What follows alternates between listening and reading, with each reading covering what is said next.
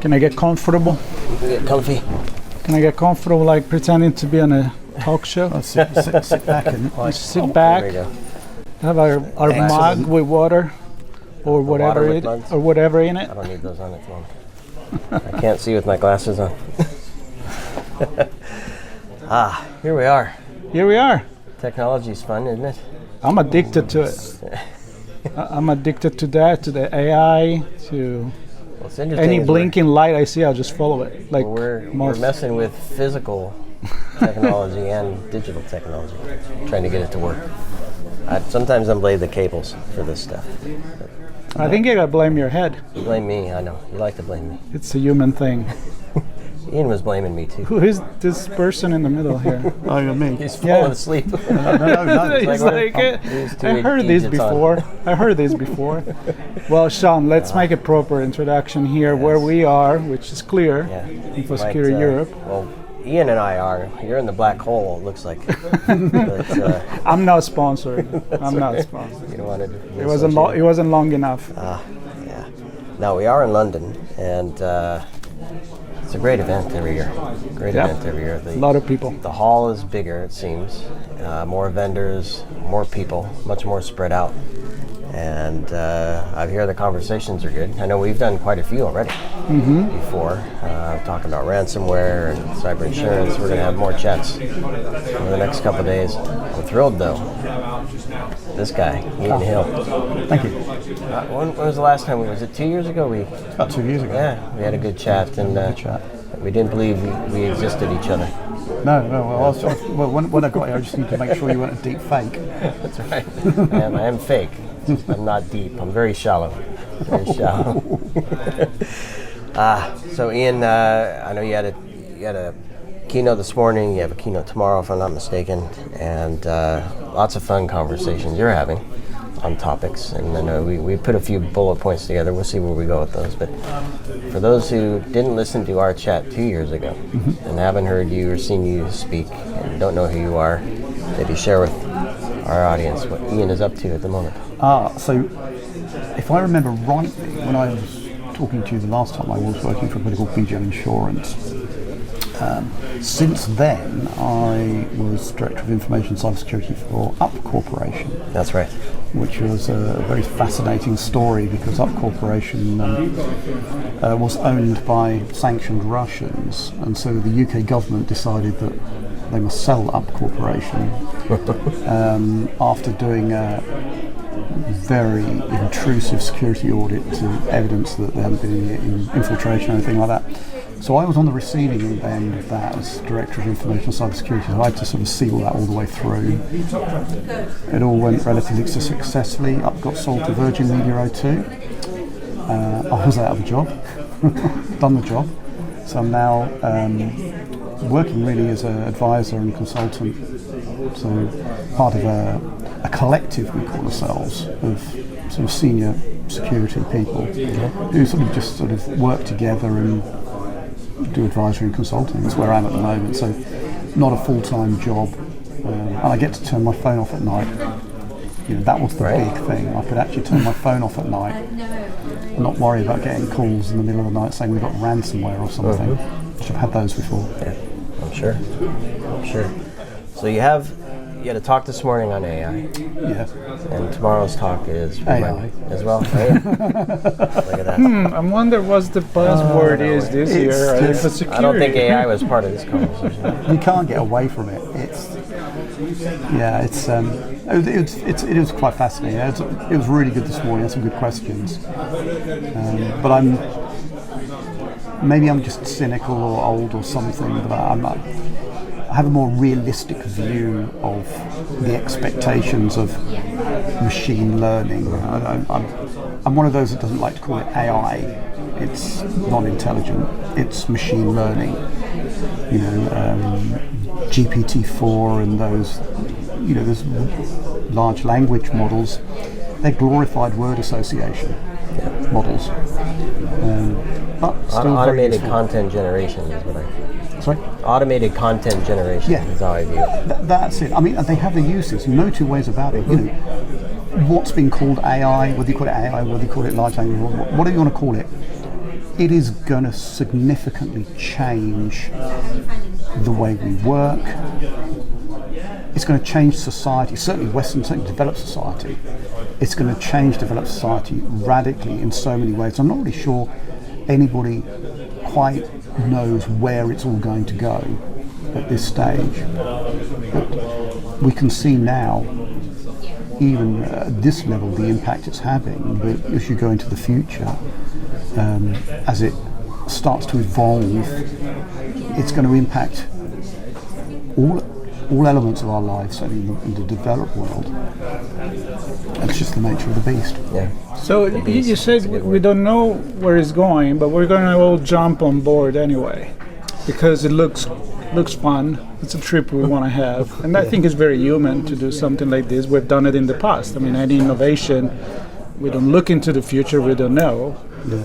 But this time, we were talking a little bit before we started, is different. When we talk about automation from industrial revolution perspective, reallocation of jobs, this time you said it's different. Yeah. Elaborate on that.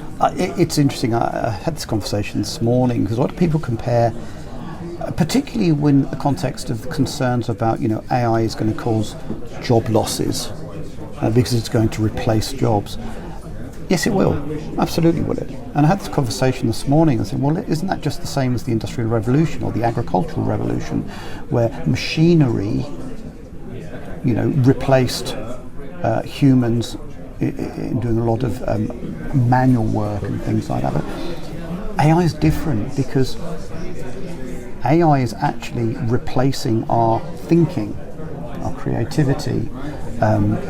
So back in the Industrial Revolution, yes, you've got or the Agricultural Revolution, yes, a tractor could replace X number of men or women with horses and plows. But that was a very specific, and those people went on to do other things, admittedly, because there are other things, other industries and other work that they could do. But where AI is so different is that it is going to be inventing and creating and replacing things that we would have naturally moved on to in a traditional sort of agricultural revolution pathway, if that makes sense. Yep. So, when you look at AI, I keep using it. I'll still use AI just for the point of it. AI writing books now, creating pieces of art, creating music. Now we've got people using, ChatGPT to write management reports, to do their homework, to do, all sorts of things. They're not having to think for themselves. The machine is thinking for them and telling them what to write. That brings this whole philosophical question, highly concerning, that it has the potential to null or dumb down our abilities to learn and create, because we don't have to, because there's this thing that will do it for us. Yeah. Well, I dabble in some music, and Marco and I, we just got some new technology that allows us to create some music. He has his own, I have my own. But I was messing around with some lyrics, and for a split second, I thought, should I get some assistance in the lyrics that I wanted to write? And two things immediately happened. One is no, because I'm feeling the lyrics that are starting to come into my mind. And two, I didn't want to not be authentic. I didn't want to be authentic. And I think, and I don't know how this plays out in all of business, but I think we've had a lot of conversations where humans will want something that makes them feel that there's a connection to it. Now, there may be some things that it doesn't matter. I think we were talking before, like, do you get the handcrafted artisan's shoes, or do you get the that are made of leather, right? I think you're right, but I would argue as well that humans potentially or inherently are lazy. Yeah.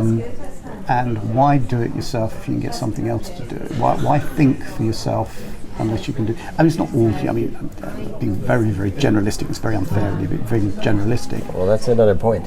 Right? Everything's generalistic. If what's good enough, right? Yeah. If it's good enough to wipe everything with that one. For the majority, it may be good enough, and then there's still going to be the artist that is going absolutely. to want to do that. But you also said before, and I'm kind of thinking about that because I've always said, money is the real evil in general. Right. But you also pointed out that money is what is driving all this transformation, and maybe when it's a business, we are okay to settle for something less crafty, less artisanal, and you pay a premium for that eventually. Mm-hmm. And for the mass production, we're just going to lower the standard. Well, and yeah, I think there's a very valid point there, because it is the nature with all these technological developments. The primary driver is profit and money. So how that profit and money is achieved, even if it's, compromising, it's about money. We're going to go there as a society. And that will take us. So we will be led by the money. And when you look at who owns OpenAI, the Microsofts of the world, they have vested interest, they have shareholder spleen, they have profit to make. So they will, monetize as best they can all of this technology in their interest to make money.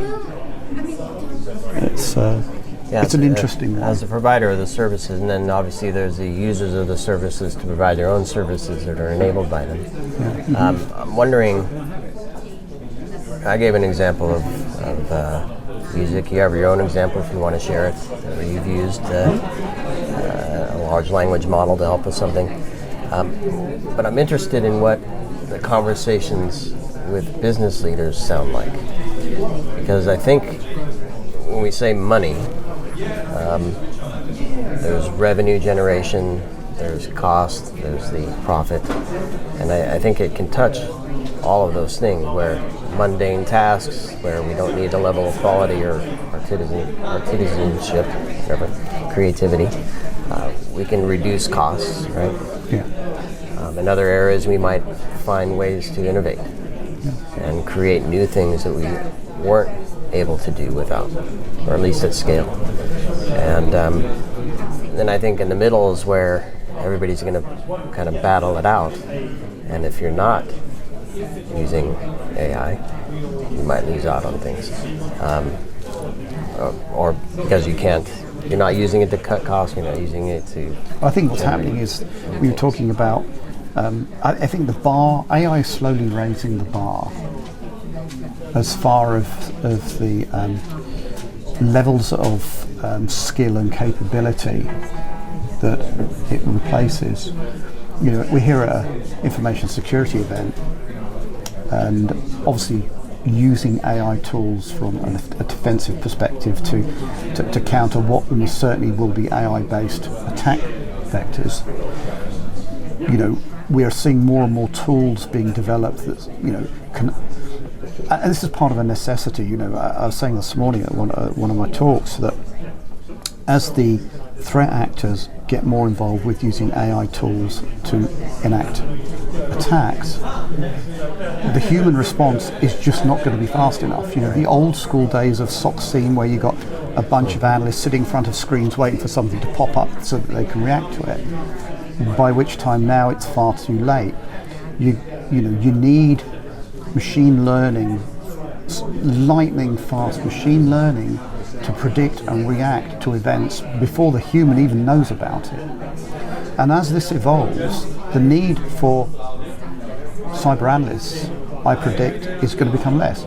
You won't get rid of cyber analysts altogether, no way. But you won't need so many cyber analysts sitting in SOCs, watching their SIEM system and doing the level 1, possibly the level 2 type tasks, because the machinery will be reacting and doing that all automatically as it evolves. And there is this argument that says where you potentially will end up is effectively a war of the machines. You're going to have threat AI systems battling with defensive AI systems, each vying to get one up on the other. And I think that's a reasonable argument that will evolve. So here's what I'm thinking. It's like when I talked about on my show, Defining Society, about application of AI in medicine and healthcare. And the point there is that when you do a tunnel task, when it's focused AI on a specific task, like it could be in automation, in this case detecting ransomware, it does an amazing job, and it does it better than, it doesn't need to be creative, right? You just need to have the data, and based on that data, this is the diagnosis for your disease, or this is the potential cure. Then there could be the person, the doctor, that can dedicate himself to, or herself to, more complicated things. So that's great, because we're missing people there, right? And so I see a parallel with what you're saying now for Infosecurity. Like you can automate, and in that case it's very, very useful. So I think we need to make a distinguish between AI is bad for the future, AI is good for the future. It depends what you use it for. I think one point you brought up, which I think is very relevant, is we also need to distinguish between what is automation and what is AI. There's a lot of automation going on at the moment. And one of the problems I have at the moment with a lot of the vendors, security vendors there, they're jumping on the AI bandwagon and saying that they've got some AI engine, when actually when you dig down to it, it's really just automation. It's not AI. Not even large language model. Not even large language model. It's not even A. No, because for AI to work, it needs the feedback. It needs constant feedback so it can learn and adapt. Right. Automation really is just following a series of predefined tasks based on input criteria. But if you put AI, you sell it. That's if you put the AI in, you sell it. But no two ways about it. Where we're seeing in all aspects, medicine, is a fantastic one. I genuinely believe that AI systems, machine learning systems, could be a fantastic benefit to medicine and people's well-being. But then you have to be careful again, because it's that old profit thing. There's an old saying, I saw it crop up every so often. I think it goes something like that. Those that profit from you being ill are not trying to cure you. Right. Yeah, perpetrating the problem so that you can keep selling things. And I don't like to think that way, but I hope that we're not like that, but I know we are. So it's all right. And AI will just be fed into that same equation. Right. But as I say, it is going to make a huge difference to all aspects of our lives. I live in a rural community. When you look at the automation now of tractors and things like that, I've started seeing they're now producing AI or machine learning capabilities in tractors and agricultural machinery, whereby just drop the thing at the field and let it get on with it. And again, you could potentially envisage a second agricultural revolution where the AI takes over the farming and food production. Where I think this gets really interesting is because we talked about the Industrial Revolution, where innovations in farming were dedicated to farming, and yes, maybe some things started to reach out and affect some other industries. But when we look at the innovations in farming now, especially with AI, it's using technologies that are touching all other types of industries. So we're talking about tractors that, in order for that tractor to be set off in the field and do its thing, it needs to know where it is. It has to connect to the GPS, right? Satellite tracking what's going on, where's the field, what crop is it, right? It has to be fed a bunch of data. It's using analysis from weather reports and things like that for when it should start to take off. I guess my point is the spread of the technology is cross-industry, cross-sector, each one leveraging innovations and knowledge and learning from the others. And so I love your perspective on this. So we're also talking about scaling, automating things, right? Taking the human out of it, or enhancing the human to scale and do things better, faster, larger.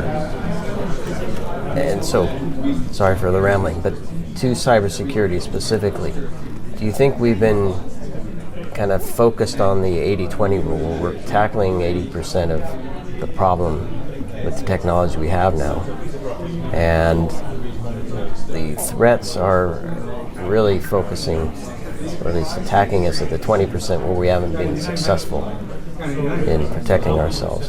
And is AI a way for us to kind of scale out our protections and our mitigations and our response and everything? I think absolutely. I mean, if we look at the classic attack vector being phishing, we know that AI. I mean, there's a lot of evidence that AI systems or LLMs are being used to generate phishing attacks. We know particularly from very, very strong evidence published recently in a defense paper that the Russian threat actors are using the likes of ChatGPT to create more convincing phishing emails in English, which is not their natural language, because a lot of the time, because it's not their first language, there's certain nuances in it in these emails that don't feel right. So they're using these AI or LLM models to write much more convincing phishing emails. And at the same time, on the defensive side of things, using large language model, AI, whatever you want to call it, to detect phishing emails, it's going to become more critical, because as they get more convincing, you're going to need that layer of defense, something that's reading them and doing cross-referencing and checking and things like that before it even gets to the human, because the human very much is the weak link. We still, the number of successful attacks as a result of somebody clicking on a phishing link or what have you is still way, way, way too high. But using machine learning capability to learn the nuances of phishing emails and understand, particularly spear phishing and things like that, trying to understand the nuances of how they're worded and what they're asking for, what they're saying. So let me press you a little bit, because that's an existing problem. Yes, we're still challenged by it. And there are a lot of technologies that are incrementally getting better at protecting us against some of those phishing and ransomware attacks. But that's still an existing challenge that we face. And I guess I'm wondering, is there something big that we'll see, a real revolution in cybersecurity? That I'm asking you to predict the future a bit here. Well, you could use AI for that if you want. Well, you say that interesting. There's some interesting work going into a concept called causal AI, which is future predicting. Give them enough information and powerful enough capability, being able to predict create a probability prediction on future attacks and events and things like that. But that's a whole different subject. But I think where the problems are going to be, when you look at so a problem that is evolving is going to be all around this whole deep fake, misinformation, malinformation. We're getting to a point now where we just don't know what's real or what's fake and what's real. Where it's almost like I was semi-likening it to the Matrix trilogy, in that the internet, the world that we live in now, obviously, the virtual world, we're losing a sort of grip on reality, if you like, because it's becoming harder to distinguish between what's real and what isn't real, what's fact and what's fake, what's real, what's unreal,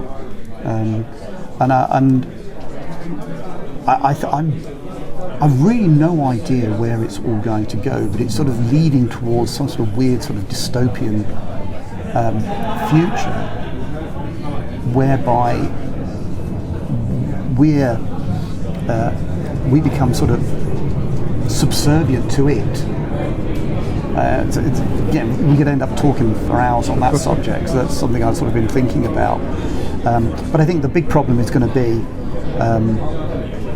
the whole, can you trust the information? I mean, AI, there's a lot of issues with hallucinations.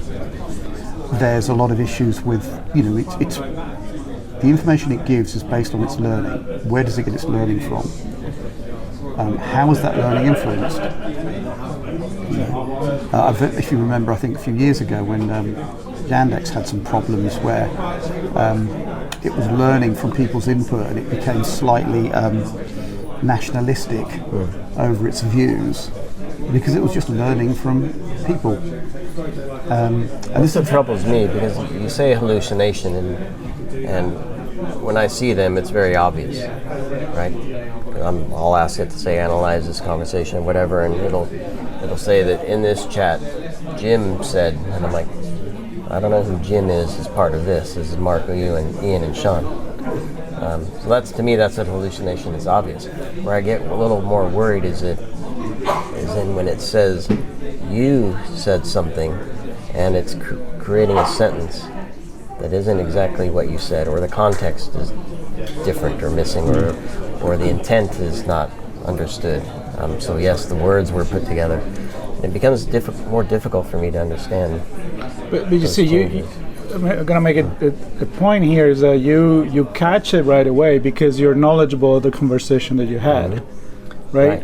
But the people that use it to just gain knowledge, I mean, like if they were reading a book, right, or going to the library or going on the dictionary and say, what's the meaning of this world, and generative AI is just going to tell you something that is completely off, but you have no clue and you think is true. Well, this is very true, and I'd like to actually, it does get it blatantly wrong. We had the conversation earlier on. One of my hobbies is a brewer. I brew beer. I've got the paid for GPT Plus. I asked GPT Plus a very, very simple question, which was, how much does 5 milliliters of dextrose powder weigh? So volume, weight, straightforward, 5 milliliters. And it came back with 62 kilograms rather than about 4 milligrams. It literally just came back 62.5. I remember it now, I've still got it on my phone, 62.5 kilograms. I asked it very simple, very plain. There was no ambiguity in the question. Right. 5 milliliters of dextrose powder. How much does 5 milliliters of dextrose powder weigh in grams?